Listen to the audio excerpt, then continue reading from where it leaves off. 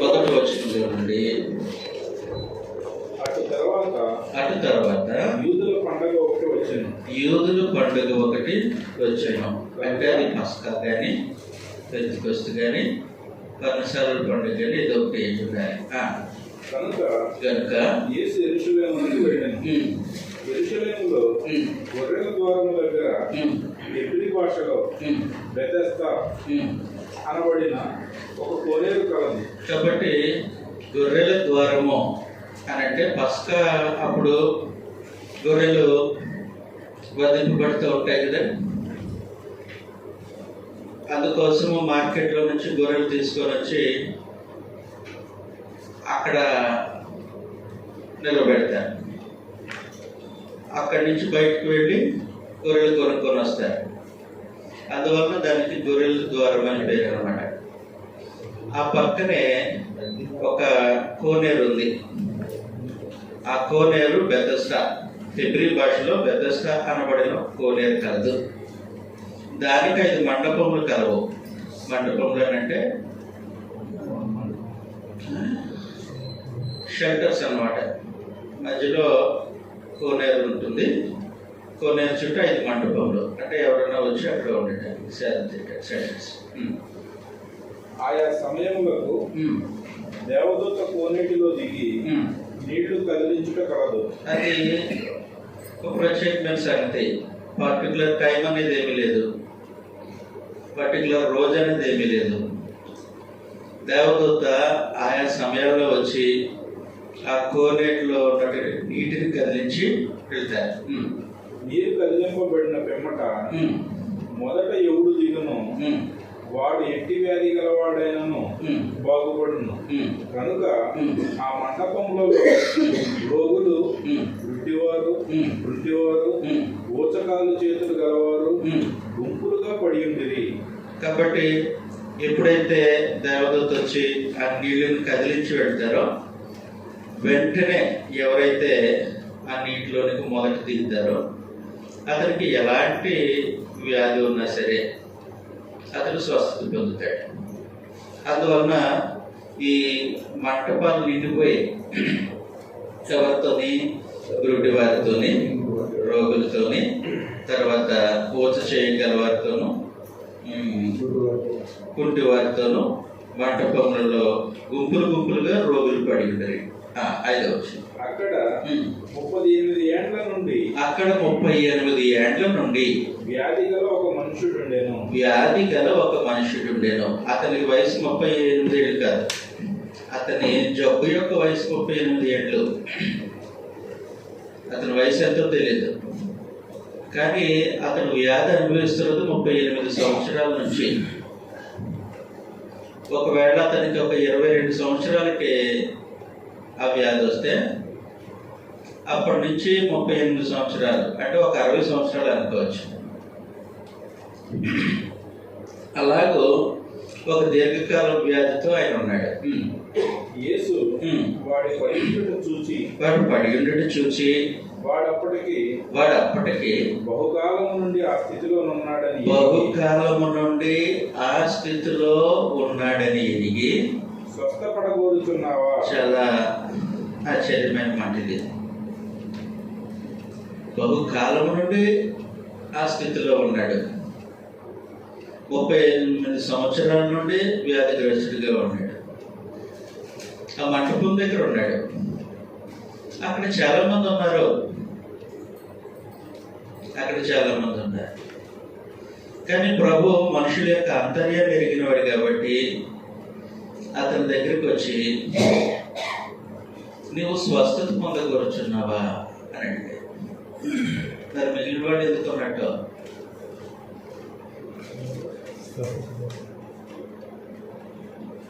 కానీ ఇతడు స్వస్థత గురించి 38 సంవత్సరాల నుంచి నిరీక్షిస్తూ ఉన్నాడు.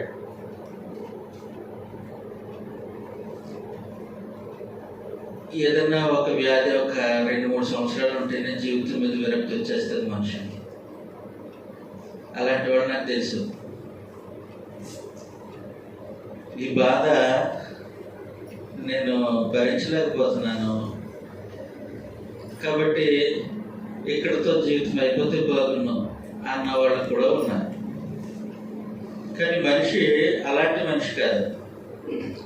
స్వస్థత పొందగోరి 45 సంవత్సరాల నుంచి 38 సంవత్సరాల నుంచి ఎదురు చూస్తున్నాడు. మమ్మల్ని నిరీక్షణ కలిగింది కాబట్టి ప్రభు ఆయన యొక్క ఆంతర్యం ఎరిగిన వాడే వెళ్ళి స్వస్థత పొందగోరుచున్నావా అని అడిగాడు. చూడండి, అడిగిన ఆయన ఎవరో ఈయనకి తెలియదు. ఎవరికి? ఆయనకి తెలీదు. ఇప్పుడు అడుగుతున్న ఆయన దేవుని కుమారుడు అని ఆయనకి స్పష్టత ఉంటే అది వేరే సంగతి. ఆ మాట అడిగిన వారు ఎవరో కూడా ఈయనకి తెలియదు. కానీ ప్రభు చేసి వచ్చి స్వస్థత పొందగోరుచున్నావని అడిగినప్పుడు అతను హృదయంలో సంగతి బయట పెట్టేశాడు. పొందగోరుచున్నాను అని అన్నాడు. అప్పుడు ప్రభు అయితే లేచి నీ పరుపు పెట్టుకొని అని వెంటనే అతడు లేచాడు, తన పరుపుని మడత పెట్టేసుకున్నాడు, ఎత్తుని పెట్టుకుని వెళ్ళిపోతున్నాడు. చదువుతాం ఈ సంగతిని మనం తర్వాత వచ్చినాలో. ఆ రోగి అయ్యా నీళ్లు తగ్గింపబడినప్పుడు నన్ను కోనేటిలోకి దించుకుంటూ నాకు ఎవడనూ లేడు గనుక నేను వచ్చినంతలో మరి ఒకడు నాకంటే ముందుగా దిగునని ఆయనకు ఉత్తరం ఇచ్చాను. యేసు నీవు లేచి నీ పరిపెత్తుకొని నడవమని వానితో చెప్పగా వెంటనే వాడు స్వస్థత నుండి తన పరిపెత్తుకొని నడిచాను. భవిష్యత్తులో ఏమైనా చూసుంటాడంటే కదిలేటప్పుడు యేసు ప్రభు ఆయనతో పాటు ఉన్నటువంటి శిష్యులు గబగబా తీసుకెళ్ళి ఇంట్లో వేస్తారేమో అనుకుంటున్నాడేమో. కానీ ప్రభు ఏమన్నారంటే లేచి నీ పరిపెత్తుకొని నడవన్నారు. వెంటనే వాడు స్వస్థత నుండి తన పరిపెత్తుకొని నడిచాను. ఆ దినము విశ్రాంతి దినము గనుక యూదులు ఇది విశ్రాంతి దినము కదా, నీవు నీ పరిపెత్తుకొన తగదే అని స్వస్థత నొందిన వారితో చెప్పింది. అందుకు వాడు నన్ను స్వస్థపరిచిన వాడు నీ పరిపెత్తుకొని నడవమని నాతో చెప్పానని. వారు నీ పరిపెత్తుకొని నడవమని నీతో చెప్పిన వాడు ఎవడని వాడిని అడిగిరి. అందుకు ఆయన ఎవడో స్వస్థత నొందిన వారికి తెలియలేదు. ఎవరో స్వస్థత నొందిన వారికి తెలియలేదు. కాబట్టి నువ్వు పరిపెత్తుకొని నడువు అనగానే ఎవరు పరిపెత్తుకొని నడుస్తూ ఉన్నాడు. పరిపెత్తుకొని నడుస్తూ ఉంటే ఆ రోజు విశ్రాంతి దినము. యూదులు విశ్రాంతి దినం, క్రైస్తవులు విశ్రాంతి దినం కాదు, యూదులు విశ్రాంతి దినం. అందువలన యూదులు ఏమన్నారనంటే ఈ రోజు విశ్రాంతి దినం కదా, నువ్వు పరుపెత్తుకొని ఎందుకు నడుస్తున్నావు అని అడిగాడు. అప్పుడు ఆ స్వస్థత పొందినటువంటి వ్యక్తి అన్నాడు, నన్ను స్వస్థపరిచిన వ్యక్తి నా పరుపెత్తుకొని నడవమన్నాడు కాబట్టి నేను నడుస్తున్నాను అని చెప్పేసి. స్వస్థపరిచిన ఆయన ఎవరో ఈయనకి తెలీదు. స్వస్థత పొందిన ఆయన ఎవరో తెలుసుకోవాలనే ఆలోచన కూడా లేదు ఈ మనిషి. పరిపెత్తుకొని నడవమన్నాడు, టక వేసుకెళ్ళి విశ్రాంతి. ఈలోపు ఎంక్వైరీ చేశారు మనుషులు, యూదులు. చదువుతాం 41 వచ్చిన 41:14. అటు తర్వాత యేసు దేవాలయంలో వారిని చూచి ఇదిగో స్వస్థత నొందితివి, మరి ఎక్కువ కీడు నీకు కలుగకుండానట్లు ఇంకనూ పాపము చేయమని చెప్పగా. కాబట్టి స్వస్థత పొందాడు. తర్వాత స్వస్థత పొందినటువంటి వ్యక్తి యేసు ప్రభుకి దేవాలయంలో కనపడ్డారు. ప్రభు ఏం చెప్పారంటే ఆ మనిషి యొక్క హృదయాన్ని, అతని పరిస్థితిని ఎరిగినటువంటి ప్రభు అయిన ఊరికనే కలబులు మాటలు మాట్లాడు. అందువల్ల ఏమన్నారంటే నీవిక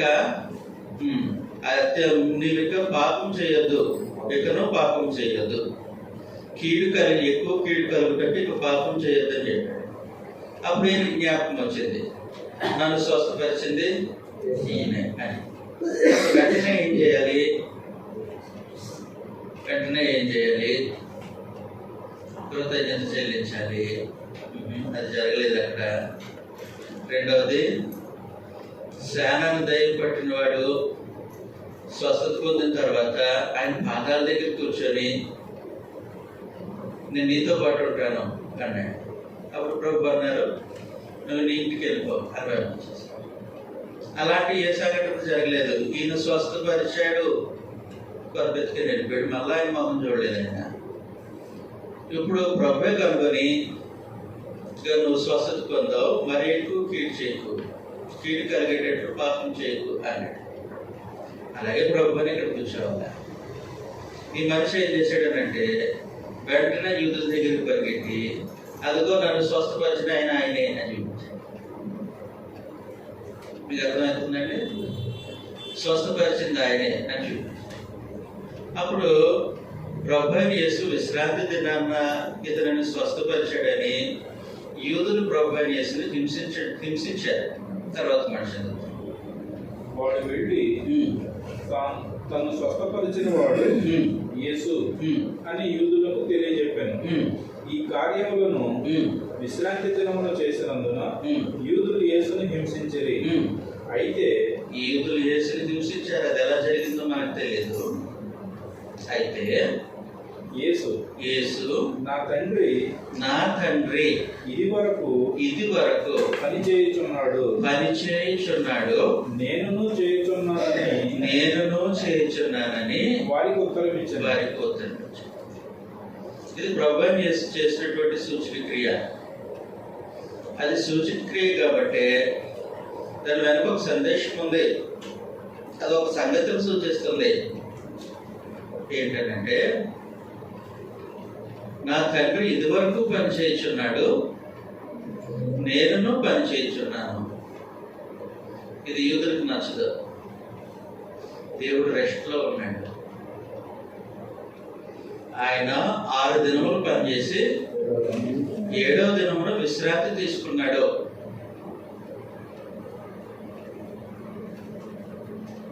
చదువుతాం మనం ఆదికాండం 1వ అధ్యాయం చివరి వచనాలు.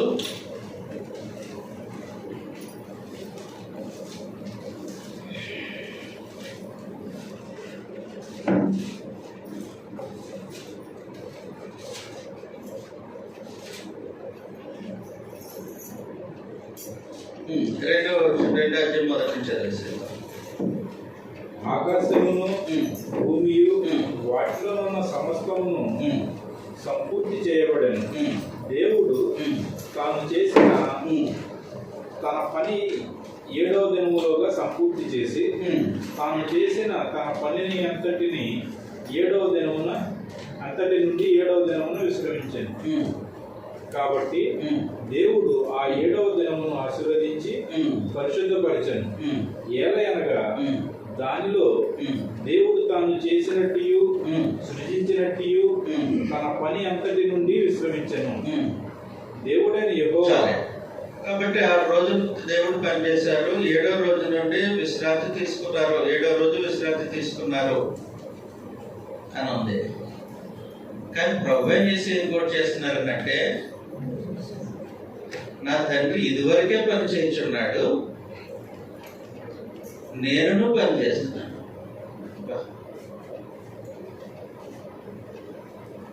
ఆయన పని చేస్తున్నారు, నేను కూడా పని చేస్తున్నాను. యూదులు వాస్తవానికి అక్కడ గమనించాల్సినటువంటి సంగతి ఏంటంటే ఎవరైనా సరే దేవుడు 6 రోజులు సృష్టిని చేశారు. అది పాత సృష్టి కాదండి. కానీ ఆయన చేయని ఉద్దేశించింది క్రొత్త సృష్టి. గలతీయులకు రాసినటువంటి పత్రిక 6వ అధ్యాయం 15వ వచనంలో కొత్త సృష్టి పొందుటయే. కాబట్టి క్రొత్త సృష్టి అనేది ఒకటి ఉంది. ఇది పాత సృష్టికి భిన్నమైన సృష్టి. కొరింథీయులకు రాసినటువంటి 2వ పత్రిక 5వ అధ్యాయం 15వ వచనంలో 13 నుంచి చదవాలి. ఏలైనగా మేము వెర్రివారమైతిమా? అది కొత్త సృష్టి అన్నమాట. ఎన్నో వచనం అండి? 17వ వచనం. కరెక్ట్. కాగా ఎవడైనను క్రీస్తునందున ఎడల వాడు నూతన సృష్టి. కాబట్టి దేవుడు పాత సృష్టిని జరిగించినప్పుడు 7వ దినాన్న విశ్రాంతి తీసుకున్నారు. ఆయన 7వ దినాన్న విశ్రాంతి తీసుకున్నాడు అంటే ఇప్పుడు క్రొత్త సృష్టి చేయకూడదు కదా ఇంకా.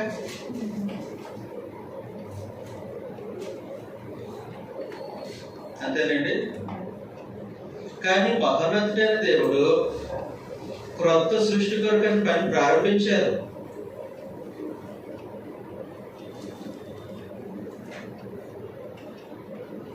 క్రొత్త సృష్టి వరకు మహోన్నతుడైన దేవుడు ఇదివరకే పని చేయించున్నాడు. ఆయనతో పాటు ప్రభువు యేసు కూడా పనిచేస్తున్నాడు. ఈ క్రొత్త సృష్టి ఎలాంటిదో ఎఫెసీయులకు రాసినటువంటి పత్రిక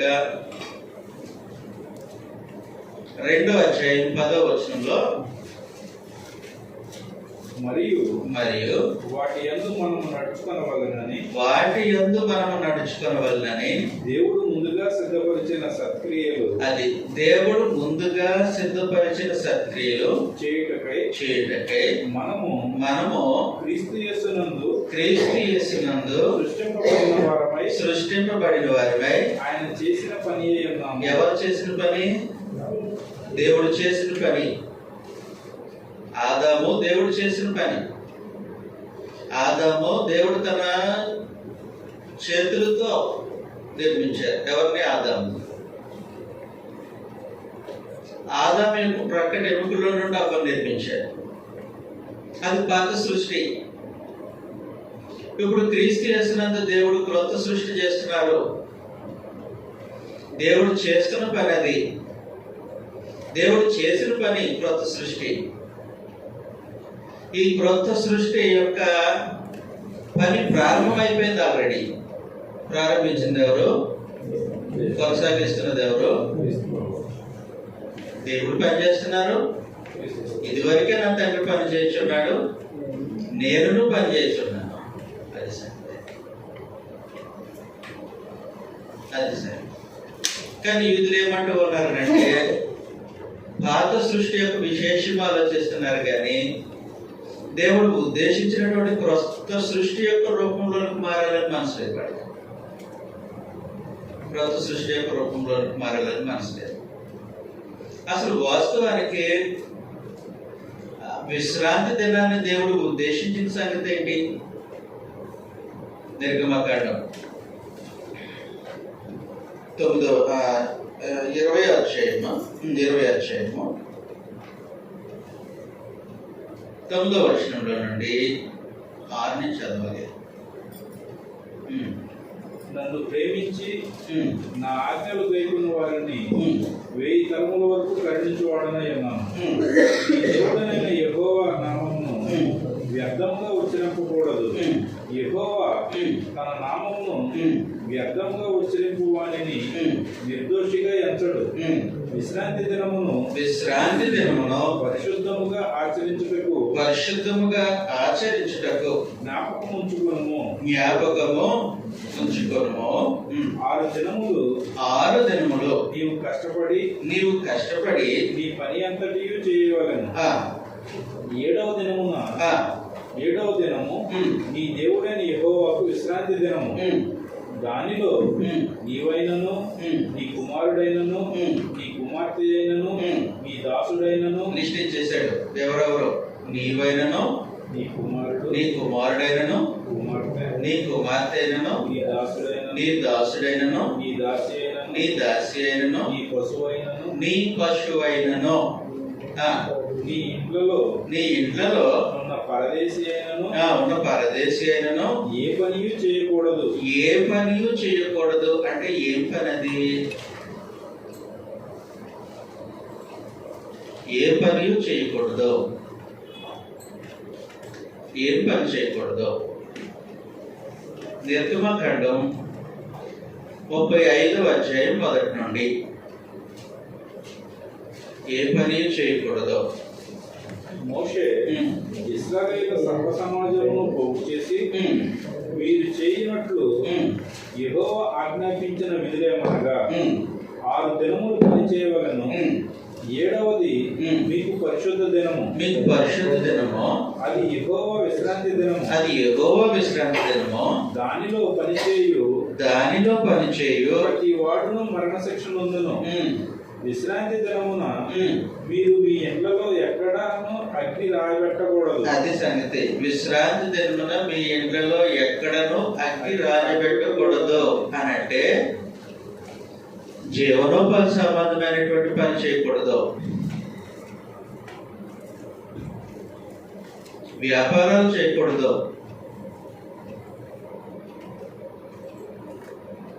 తర్వాత పొలం పనులు చేయకూడదు. పొలంలో నుండి సరుకులు యెరూషలేములో నుండి సరుకులు పొలానికి, ఇలాగూ జీవనోపాధి సంబంధమైనటువంటి ఏ పని చేయకూడదు. అది విశ్రాంతి దినం యొక్క ఉద్దేశం. విశ్రాంతి దినం యొక్క ఉద్దేశం. చదువుతాం ఈ సంగతిని మనం. నెహెమ్యా గ్రంథం 13వ అధ్యాయం. నెహెమ్యా గ్రంథం 13వ అధ్యాయం.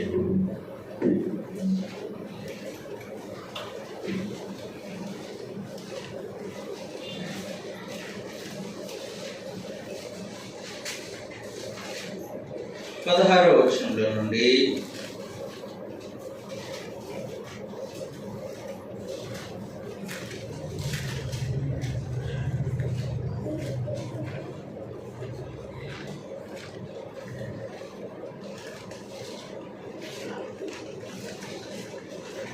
16వ వచనంలో నుండి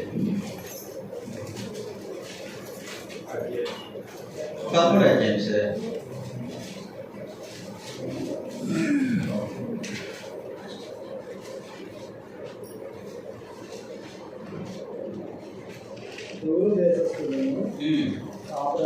యెరూషలేములోని విశ్రాంతి దినంలో యూదులకు చేపలు మొదలైన నానావిధ వస్తువులను తెచ్చి అమ్ముతుంది. అదిగోండి, విశ్రాంతి దినం ఏం చేస్తున్నారు? నానావిధ చేపలను, నానా విధమైన వస్తువులను తీసుకొచ్చి అమ్ముతున్నారు. అమ్మొచ్చా? అలాంటి అమ్మకం కొరకు వారిని మోయొచ్చండి? వాటిని మోసుకొని లోపలికి రావచ్చా? అది అక్కడ ఏ బరువును మోయకూడదు, ఏ పని చేయకూడదు అంటే అది సంగతి. వ్యాపారాలు, జీవనోపాధి సంబంధమైన పని, అగ్ని రాజుపెట్టడం, వంటలు చేసుకోవడం, అది విశ్రాంతి దినాన చేయకూడదు అని దేవుడు ఇశ్రాయేలుకి ఆజ్ఞాపించాడు. చదువుతాం, ఇంకా చదివాను తిరిగి. అంతటా యూదుల ప్రధానులను ఎదురాడి విశ్రాంతి దినమును నిర్లక్ష్య పెట్టి ఎందుకు ఈ దుష్కార్యములు చేయుదురు? మీ పితరులను ఇట్లు చేసి దేవుని వద్ద నుండి మన మీదికి ఈ పట్టణస్తుల మీదికి కీడు రప్పింపలేదా? అయితే మీరు విశ్రాంతి దినాన్ని నిర్లక్ష్య పెట్టి ఇశ్రాయేలు మీదికి కోపము మరి అధికముగా రప్పించుచున్నారని. ఇశ్రాయేలు మీదకి కోపం మరి అధికముగా రప్పించుచున్నారు. మరియు విశ్రాంతి దినమునకు ముందు చీకటి పడినప్పుడు యెరూషలేము గుమ్మములను మూసివేయవలెననియు విశ్రాంతి దినము గడుచు వరకు వాటిని తీయకూడదనియు నేను ఆజ్ఞాపించుచున్నాను. మరియు విశ్రాంతి దినమున ఏ బరువైనను లోపలికి రాకుండా గుమ్మముల యొద్ద నా పని వారిలో కొందరిని కావలి ఉంచుతుంది. కాబట్టి విశ్రాంతి దినాన్ని బరువులు మోయకూడదంటే ఏంటి సంగతి? అక్కడ మాట్లాడుతున్నటువంటి సంగతి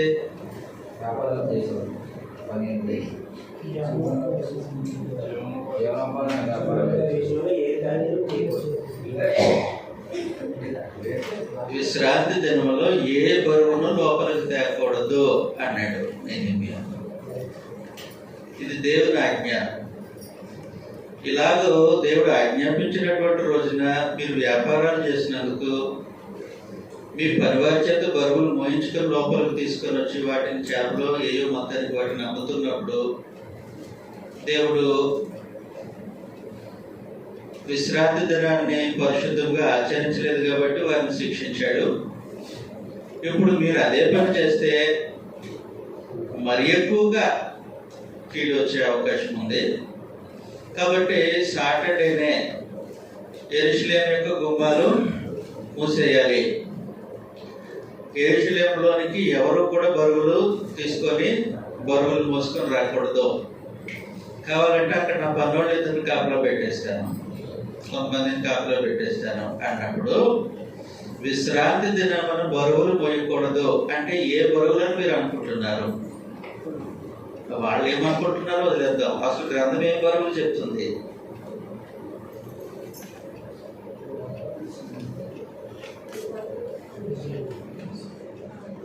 ఇర్మియా గ్రంథం 17వ అధ్యాయం 21వ వచనంలో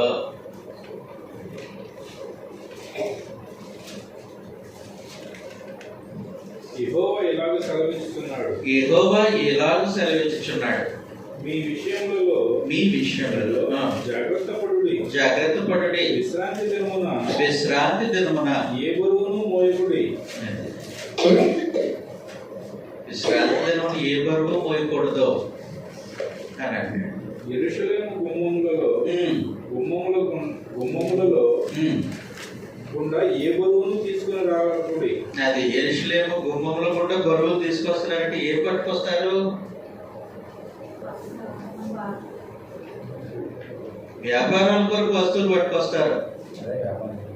పొలంలో ఆ రోజు కొత్తిమీర పండింది, ప్రతిరోజు తీసుకొచ్చినట్టు విశ్రాంతి దినాన్ని కూడా కొత్తిమీర మోపు నేతి వేసుకుని వచ్చేస్తాడు. విశ్రాంతి దినాన్ని పని చేయొద్దు, అది అక్కడ ఉద్దేశం. చదువుతుంది కదండి, రైట్. ఆమోస్ గ్రంథం. కాబట్టి విశ్రాంతి దినాన్ని ఏ పని చేయకూడదు అని అంటే ప్రజలు విశ్రాంతి దినాన్న పని చేయడం మానేసి నెక్స్ట్ రోజు పని కోసం ఆలోచించడం ప్రారంభించారు. ఆమోస్ గ్రంథం 8వ అధ్యాయం 5వ వచనంలో భూము చిన్నదిగాను రూపాయి ఎక్కువగా చేసి దొంగతనాలు చేసి మనము దానిని అమ్మునట్లు అమావాస్య ఎప్పుడే పోను. అది ఆ రోజు అమ్మటానికి వీలు ఉండదు కాబట్టి మనం ధాన్యం అమ్మడాలి కాబట్టి అమావాస్య ఎప్పుడు అయిపోవునో మనము గోధుమలను అమ్మకము చేయనట్లు విశ్రాంతి దినము ఎప్పుడు గతించిపోవునో చెప్పుకొని వాళ్ళారా. కాబట్టి దేవుడు పరిశుద్ధంగా విశ్రాంతి దినాన్ని ఆచరించమని ఆ రోజు అగ్ని రాజబెట్టొద్దు, జీవనోపాధి సంబంధమైన ఏ పని చేయకూడదు, మీ పరివారికి మీరు చివరికి మీ పశువులు కూడా ఏ పని చేయకూడదు అంటే జీవనోపాధి సంబంధమైనటువంటి ఏ పని కూడా చేయించకూడదు అని చెప్పారు. యెరూషలేము గుమ్మముల గుండా బరువులు మోసుకొని రాకూడదు అని అన్నారు. అంటే వ్యాపారాలకు సంబంధించేది. అందుకోసం వీళ్ళు ఏం చేస్తున్నారంటే ఎప్పుడైపోతుందా విశ్రాంతి దినం, దొంగ త్రాసు చూసి గోధుమలు పేదవాడికి అమ్మేద్దాం అని ఎదురు చూస్తూ ఉన్నాడు.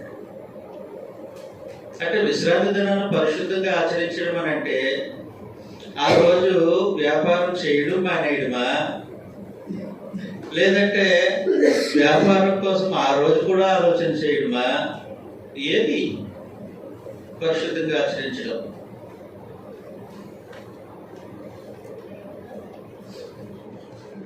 కొట్టుకు తాళం వేసేసాడు, కానీ ఎప్పుడు విశ్రాంతి దినం అయిపోతుందో వెంటనే తాళం తెద్దామని చెప్తున్నాడు. అంటే రోజంతా దేని మీద చేస్తుంది? వ్యాపారం మీద. కొట్లో గోధుమలు ఉండిపోయాయి, వాటిని రేపు తూము చిన్నదిగాను తూము చిన్నదిగాను రూపాయి ఎక్కువగా చేసి, అంటే అన్యాయంగా తక్కువ సరుకులు ఎక్కువ డబ్బుకి అమ్మేద్దాం అని ఈరోజు ఆలోచన చేస్తున్నాడు. ఇదా పరిశుద్ధంగా ఆలోచన చేయడం, పరిశుద్ధంగా ఆచరించడం? ఇలాంటి సంగతులు ఎన్నో ఉన్నాయి వాళ్ళ జీవితాల్లో. కాబట్టి నెహెమ్యా ఏమన్నాడనంటే, యెరూషలేము గుమ్మముల గుండా మీరు బరువులు తీసుకెళ్ళవద్దు అని చెప్పేశాడు. యెరూషలేము గుమ్మముల గుండా విశ్రాంతి దినాన్ని బరువులు తీసుకెళ్ళవద్దు అని అంటే, అతను బరువు మీద నెత్తి మీద పెట్టుకొని యెరూషలేములో నడుస్తున్నటువంటి మనిషిని, ఈరోజు విశ్రాంతి దినం ఎందుకు పరుపు ఎత్తుకొని నడుస్తున్నాం? ఆ పరుపు అమ్మకానికి తీసుకెళ్తున్నాడా? ఎవడు కొంటాడా పరుపు? 38 సంవత్సరాల నుంచి ఒకటే పరుపు, అది ఎవరు కొంటారు? అతడు ఏదో పట్టుకొని వెళ్ళిపోతుంటే వీళ్ళు అతని మీద జ్ఞాపకం వేశారు. అర్థమవుతుంది కదా? కాబట్టి మనుషులు విశ్రాంతి దినం గురించి ఆలోచించే విధానం పొరపాటు, వారు విశ్రాంతి దినం ఆచరించే విధానం పొరపాటు. అసలు ఎక్కడ విశ్రాంతి ఉండనిచ్చారు? నా తండ్రి ఇదివరకు పనిచేస్తున్నాడు మీకోసం, క్రొత్త సృష్టి కోసం. నేను కూడా పనిచేస్తున్నాను, ఇంకెక్కడ విశ్రాంతి?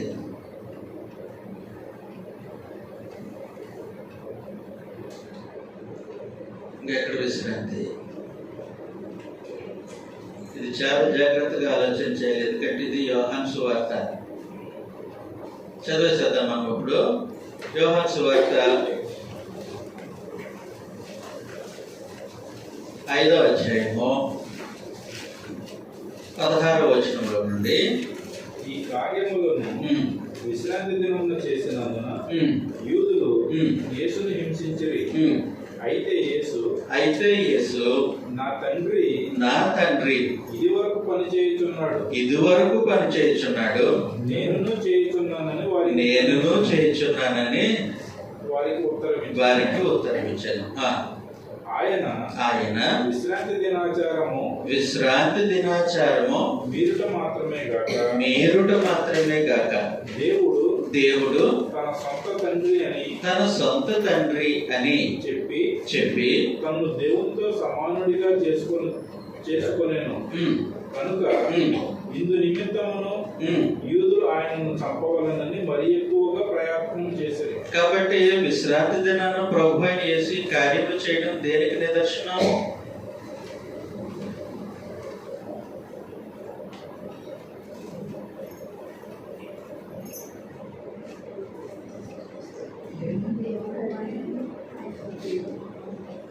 చాలా వింతగా ఉంది చూడండి. పరుపు పెట్టుకొని నడిచిన వాడి మీద కేసు లేదు, పరుపు ఎత్తుకొని నడవమని చెప్పిన వాడి మీద కేసు.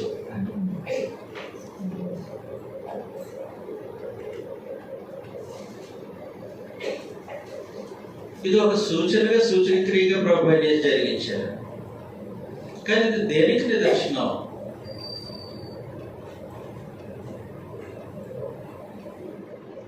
ప్రభు యేసు విశ్రాంతి దినాన్ని కూడా ఈ కార్యక్రమం చేయడం దేనికి నిదర్శనం అని అంటే, ఆయన దైవత్వానికి.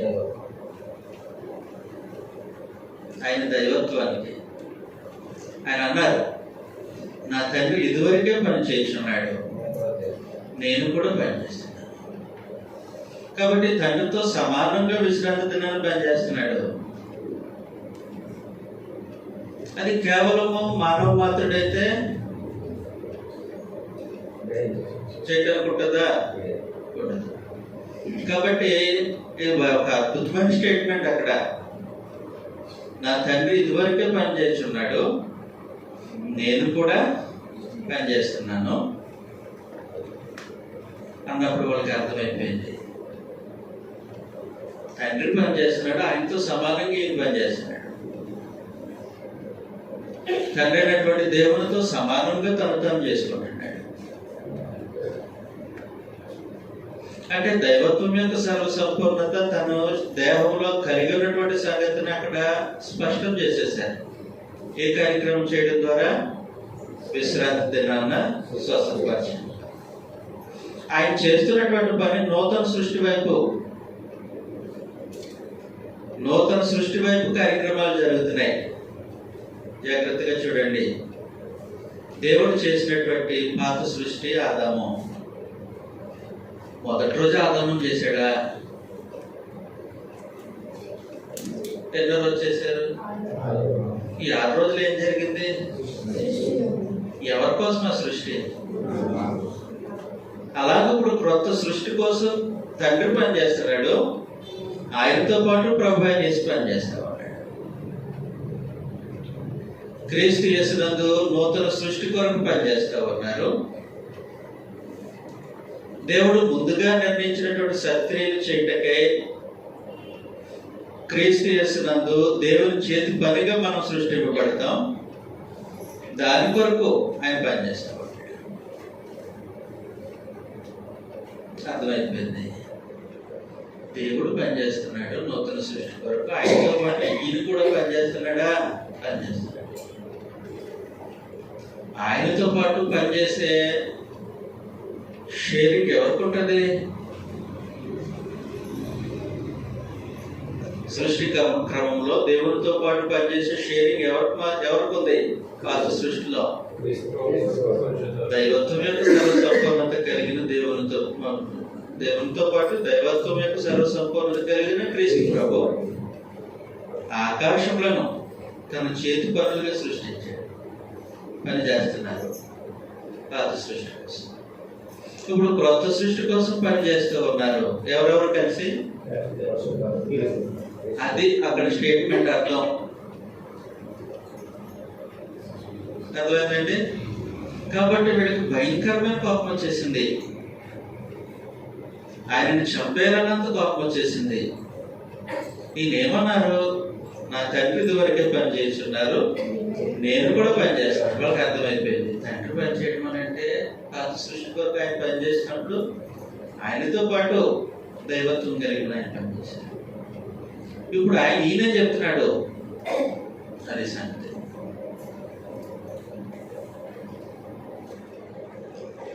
అది సంగతి. దేవుడు తన సొంత తండ్రి అని చెప్పడం మాత్రమే కాదు, దేవునితో సమానముగా చేసుకుంటున్నాడు. కాబట్టి యూదులు ఆయనను, ఇదండి యోహాను సువార్త చదివే విధానం. దైవత్వము, క్రీస్తు ప్రభు యొక్క దైవత్వము యోహాను సువార్తలో చర్చింపబడినటువంటి సంగతి అది. కాబట్టి 38 సంవత్సరాల నుంచి ఆ రోగంతో వ్యాధితో బాధపడుతున్నటువంటి ఆయనను ప్రభు యేసు స్వస్థపరిచినటువంటి సూచక్రియ దేని సూచిస్తుంది? ఆయన విశ్రాంతి దినాన్ని కూడా పనిచేస్తున్నాడు. ఆయన ఒక్కడే పనిచేస్తున్నాడా? ఏంటంటే మీకు అర్థం కావట్లేదా? మరి యోహాను సువార్త మరి దైవత్వము అర్థం చేసుకోవాలని అంటే మరి సంగతులు చదువు రాలేదు. మీరు అందుకు వచ్చిన పొరపాటు చదువు రాలేదు. ఎవరితో సమానంగా పనిచేస్తున్నాడు? ఎవరితో కలిసి పనిచేస్తున్నాడు? అలా పనిచేసేది ఎవరు పడితే అలా సాధ్యమవుతుందా?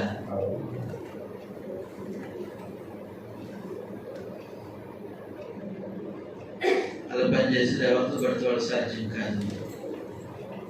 మోషే మహా గొప్ప నాయకుడిగా ఇశ్రాయేలు నడిపించాడు.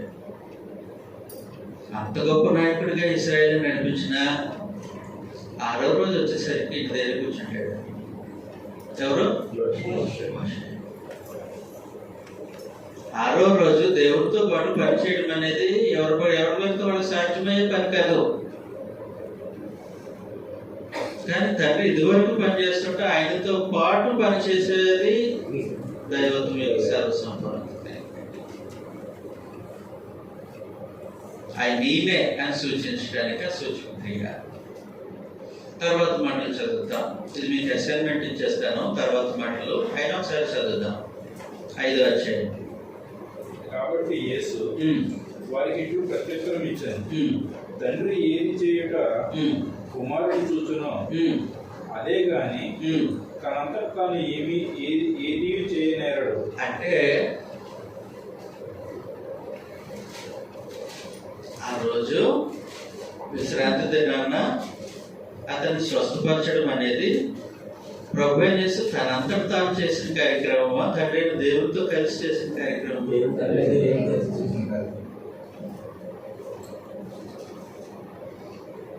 అదవుతుంది కదా. రైట్, చదివేసేయండి. ఆయన వేటిని చేయును వాటినే కుమారుడును అలాగే చేయును.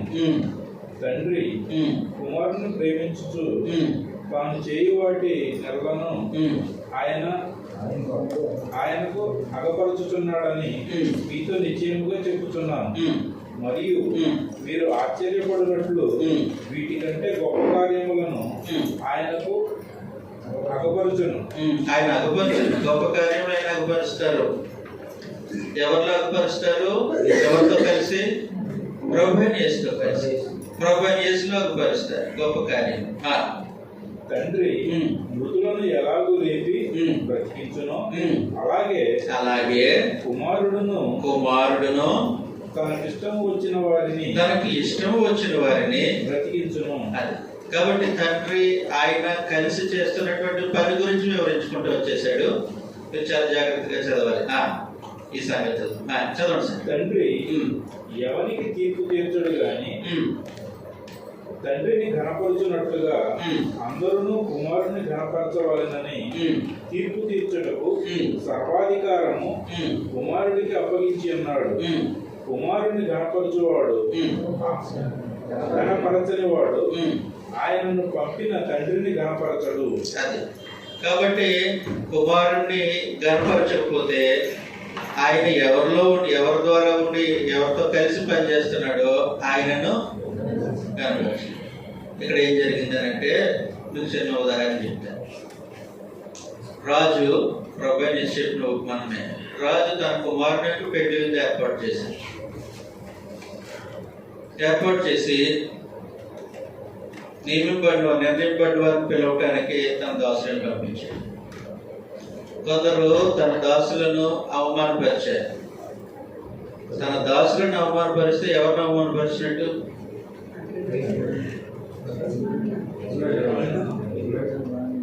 యజమానుడు అవమానపరిచినట్టు. కాబట్టి ఆ విందు సిద్ధం చేసినటువంటి రాజుకు కోపం వచ్చింది. ఆ నరహత్తులను సంహరించాడు. ఇప్పుడు శరీరధారి అయినటువంటి ప్రభువైన యేసు ఆయన ఒక్కడే పని చేయట్లే. వీళ్ళు అనుకున్నట్టు ఆయన 7వ దినం నుంచి విశ్రాంతిలో ఉండలేదు. ఆయన పనిచేస్తున్నాడు. ఎవరు? తండ్రి అయినటువంటి దేవుడు దేని కొరకు పనిచేస్తున్నాడు? నూతన సృష్టి కొరకు ఆయన పనిచేస్తున్నాడు. ఆయనతో కలిసి నూతన సృష్టి కొరకు పనిచేస్తున్నది ఎవరు? అది అంగీకరించారు మనుషులు ఆ రోజు. వాళ్ళు ముందు ఉన్నటువంటి ఛాలెంజ్ అది. కానీ వాళ్ళు ఏం చేస్తున్నారనంటే ఈయన చేస్తున్నటువంటి పనిని ధిక్కరిస్తూ ఉంటే ఎవరు ధిక్కరించినట్టు? ఈయన చేస్తున్న పని వ్యతిరేకిస్తే ఎవరు వ్యతిరేకించినట్టు? ఆ సంగతి మర్చిపోయారు. కాబట్టి వాళ్ళకి జ్ఞాపకం చేస్తూ ఉన్నాడు అనమాట. చదివేసేయండి.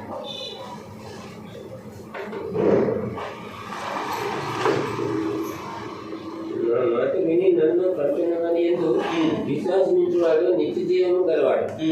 23వ వచనం సార్. తండ్రిని కనపరచినట్లుగా అందరూ కుమారుని కనపరచాలని తీర్పు తీర్చుటకు సర్వాధికారము కుమారుని అనుగ్రహించినాడు. కుమారుని గణపరచిన వాడు ఆయన పంపిన తండ్రిని. వీళ్ళు ఏమంటున్నారని అంటే మేము తండ్రిని గణపరుస్తాం, నేను గణపరచము అంటున్నారు. తండ్రిని ఎలా గణపరుస్తారు? ఆయన మాకు విశ్రాంతి దినం వచ్చాడు కాబట్టి ఆయన గణపరుస్తాం. అదే రోజు తండ్రి ఈయన కలిసి పనిచేస్తుంటే ఈయన గణపరచడు. చదువుతుంది కదా. రైట్. కనపడతాడు.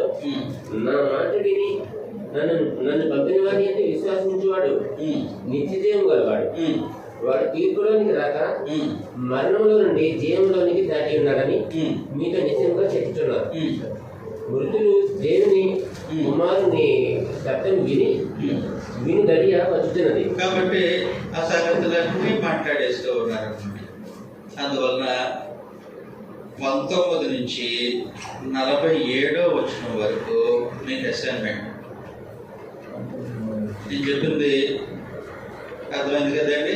తండ్రి పని చేస్తున్నాడు, ఆయనతో పాటు కుమారుడు పని చేస్తున్నాడు.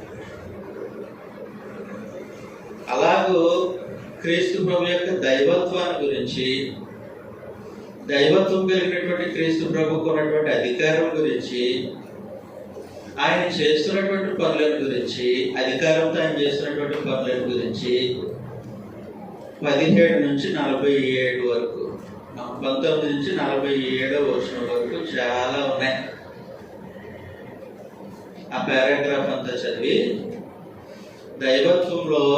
దైవత్వం కలిగినటువంటి క్రీస్తు ప్రభు దేవునితో కలిసి చేస్తున్నటువంటి పనులు ఏంటో లిస్ట్ అవుట్ చేయండి. దైవత్వం కలిగినటువంటి క్రీస్తు ప్రభు దేవునితో కలిసి చేస్తున్న మిషన్ వర్క్.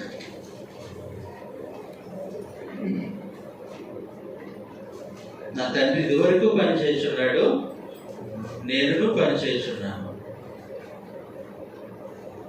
అది ఈ అధ్యాయంలో కీలకమైనటువంటి ఆ పని ఏంటో వివరించాలి. అది జాగ్రత్తగా మీరు పాయింట్అవుట్ చేయగలిగితే మీకు యోహాను సువార్త వచ్చేసినట్టే.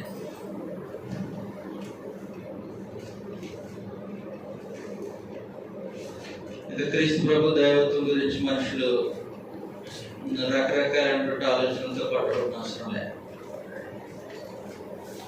ఓకే, కాబట్టి ఇది అసైన్మెంట్ చేద్దాం.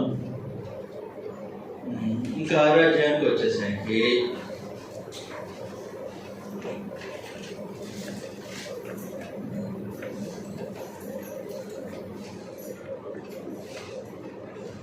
ఏం రాద్దాం? ఈయన చేసినటువంటి సూచక్రియ మాస్టర్ ఓవర్ సబ్బాత్ అంటే ఆయన విశ్రాంతి దినానికి ప్రభు అయి ఉన్నాడు అంటాం కదా. ఇది ఆయన చేసినటువంటి సూచన. ఆయన మాస్టర్ ఓవర్ సబ్బాత్. 6వ అధ్యాయంలో చదివేసేద్దాం. 6వ అధ్యాయము మొదటి నుండి. అటు తరువాత యేసు తిబెరియా సముద్రము అనగా గలిలయ సముద్రము దాటి అద్దరికి వెళ్ళాను. రోగుల ఎడల ఆయన చేసిన సూచక్రియలను చూసి బహుజనులు ఆయనను వెంబడించేది. యేసు